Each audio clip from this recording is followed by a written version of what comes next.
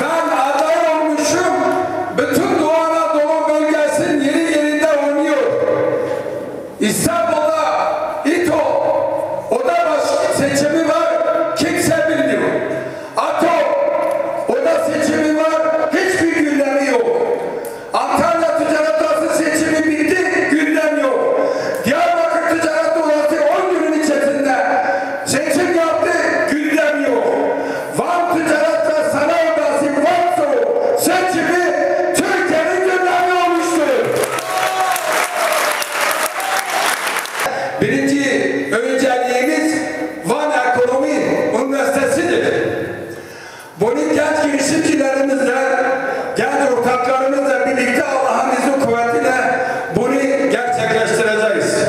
Hiç kimsenin şüphesi olmasın. Yeter ki biz bir alan belirleyelim, bir bölge belirleyelim ve o bölgede hemen arsa alabilelim.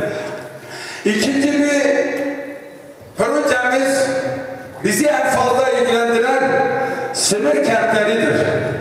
Sınır illeri çok ciddi bir şekilde sıkıntılıdır. Biz ne ithalat ihracatı doğru dürüst yapabiliyoruz ne de gerçekten bir komşularımız olan ülkelere çok rahat gidip gelebiliyoruz.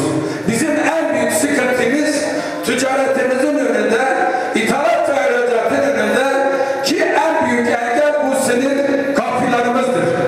Onun için biz de Van'da Allah'ın izni kuvvetiyle seçilir seçilmez sınır kentlerin tüm illeri Van'a davet ediyoruz. Tespitimizi yapıyoruz. Bir sınır birliği kenti kuruyoruz. Hepimiz birliğe üye oluyoruz. Kendi aramızda yönetimi seçiyoruz ve harekete geçiyoruz. Kapılarımız kesinlikle 24 saat açık tutmalıyız. Tutmak zorundayız. İran'da